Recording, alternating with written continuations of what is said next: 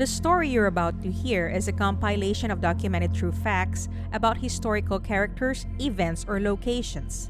Please sit back and listen as I narrate this story to you. This is part 2 of 2 presentations of possible Jack the Ripper suspects, and there may be other suspects that have not been included in this presentation.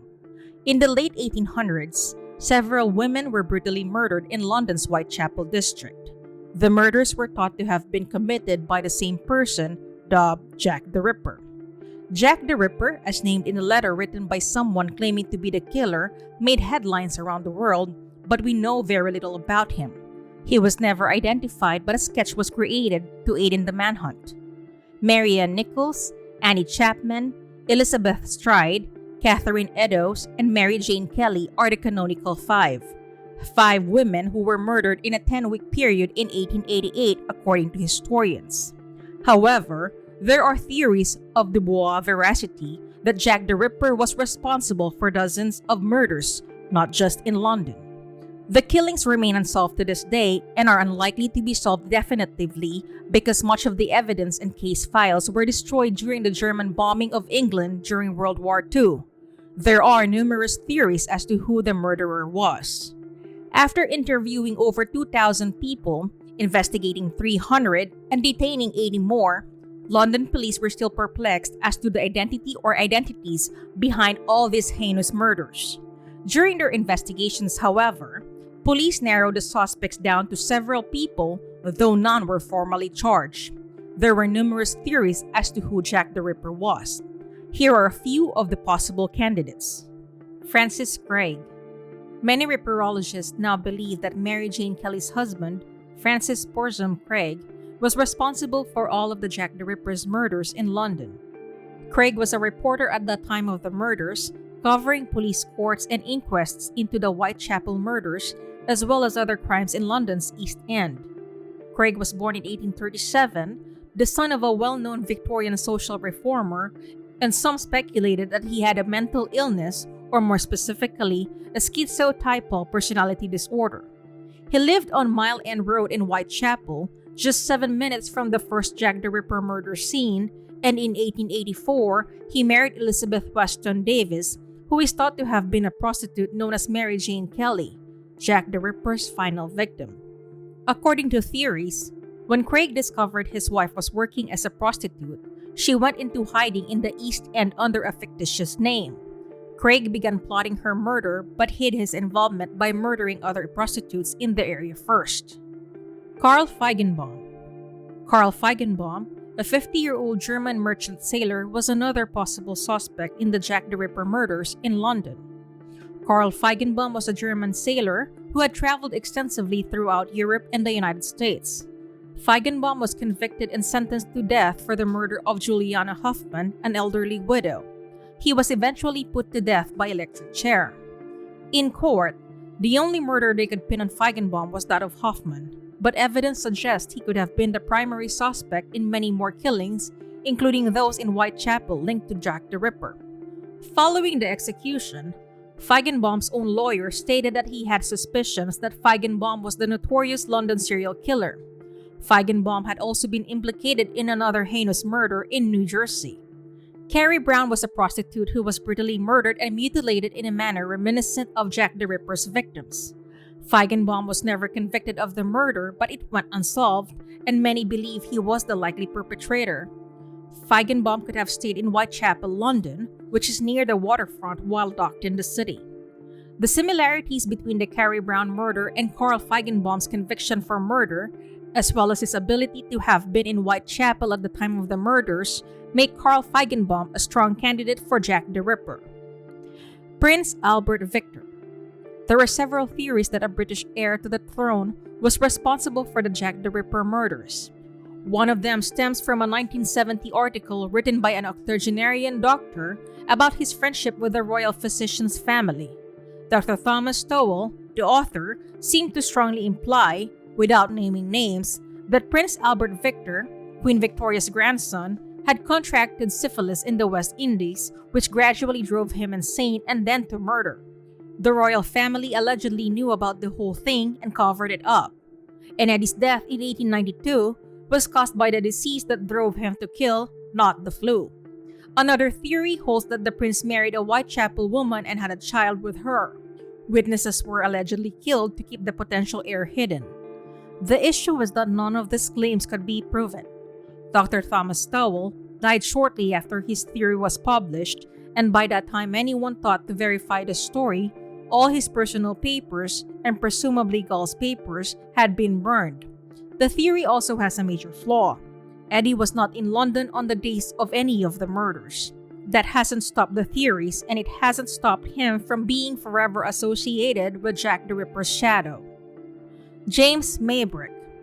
In 2017, The Telegraph reported on alleged evidence that Liverpool cotton merchant James Maybrick was possibly Jack the Ripper.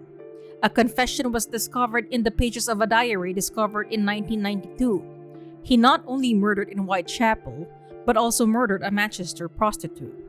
The diarist, whose name was not given, but is assumed to be James Maybrick, described the 5 canonical murders. The murder was signed at the end, "Yours truly, Jack the Ripper." But because there is no real provenance to the journal, debate raged over whether it was the genuine article. Michael Barrett publicly presented the diary after claiming it was given to him by a family friend. He later claimed it was a forgery, only to retract that claim. According to Casebook, Maybrick had a strange story. He met and married Florence Chandler after establishing a cotton merchant company in London and developing an arsenic addiction. Financial difficulties, infidelity on both sides, and substance abuse exacerbated an already troubled marriage, and things were especially tense around the time of the murders. Maybrick became ill and died on May 11, 1889. Florrie was charged with poisoning her husband and put on trial. She was found guilty and sentenced to death, but a public outcry resulted in a 15-year sentence of hard labor instead. She was released in 1904 and lived in America until her death in 1941. Maybrick was never linked to the Ripper until the diary was discovered, which cast the entire case in a new light. Severin Klosowski or George Chapman. George Chapman had possibly the closest known ties to Jack the Ripper. He was unquestionably a serial killer. On April 7, 1903, he was hanged after being convicted of poisoning 3 women. That wasn't exactly the Ripper's preferred weapon, but Scotland Yard detective Frederick Aberlin was among those who suspected him of being the serial killer. Chapman was still using his birth name, Severin Klosowski, in 1888. At that time, he was running a barbershop in Whitechapel, but he never seemed to stay in one place for too long. He was in America in 1891 and returned to London in 1893, where he began seeing someone with the same name as one of the Jack the Ripper's victims, Annie Chapman. He even took her name, even though that relationship only lasted into the next year. There's no hard evidence to link him to the Ripper, but there are a lot of weird claims that go along with his 3 confirmed kills. He was well known to be violent, especially towards women, and his wife even claimed he had tried to strangle her. She found a knife within reach, and when she confronted him, he said he had planned on decapitating her. It's not clear if the Ripper was executed the day he died at the end of a rope, but a serial killer of some sort hanged that day. Dr. Thomas Cream. Dr. Thomas Cream, also known as the Lambeth Poisoner, was executed in London in 1892 for his murderous ways after poisoning up to 10 people in 3 countries. His last words were said to have been, "I am Jack," as the trap door on the gallows opened. While his handwriting appeared to be like some of the letters the Ripper sent to police, Cream was in prison in Illinois at the time of the Ripper murders, and, as Dean Job points out in his book, The Case of the Murderous Dr. Cream, the report about Cream's gallows confession didn't appear until long after his death. According to one contemporary report, he died without making any confession. Montague John Druid. Montague John Druid was an Oxford-educated man from a fairly good family, even though some thought he was sexually insane. He was born in Wilmbourne, Minster, Dorset, and worked as an assistant schoolmaster in Blackheath, London during his lifetime. Druid's life story is one of the least likely to be linked to Jack the Ripper, and it's entirely possible he wouldn't have been remembered if he hadn't drowned himself in the Thames a few weeks after the killing stopped. Many experts believe Druid was responsible for the murders because they believe Jack the Ripper was a Whitechapel resident. Druid lived a few miles away on the other side of the Thames, and he was also seen in the Whitechapel area around the time of the Jack the Ripper murders. Druid's body was discovered floating in the Thames on November 9, 1888, 7 weeks after the murder of Mary Jane Kelly, which is thought to be Jack the Ripper's final murder. Investigators believed he committed suicide and had been at the bottom of the river for at least several weeks, around the time Mary Jane Kelly was murdered. But there's a catch. Scotland Yard's files on Druid were not only incorrect, they referred to him as a doctor rather than a barrister. But he was also living in Blackheath at the time of the murders.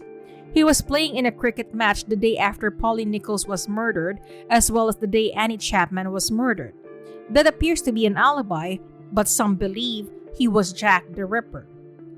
All of them could have been in Whitechapel at the time of the murders, and all of them have psychological characteristics that point to them being killers. Over the years, dozens of people have been identified as Jack the Ripper, and no one can agree on who they are. The world will most likely never know who murdered the canonical 5 women over a century ago. Hey everyone! I just wanted to express how grateful I am that you took time out of your day to listen to my narration. This is Nikki of Twysted Mind, and I'd like to wish you a wonderful rest of your day. Salamat!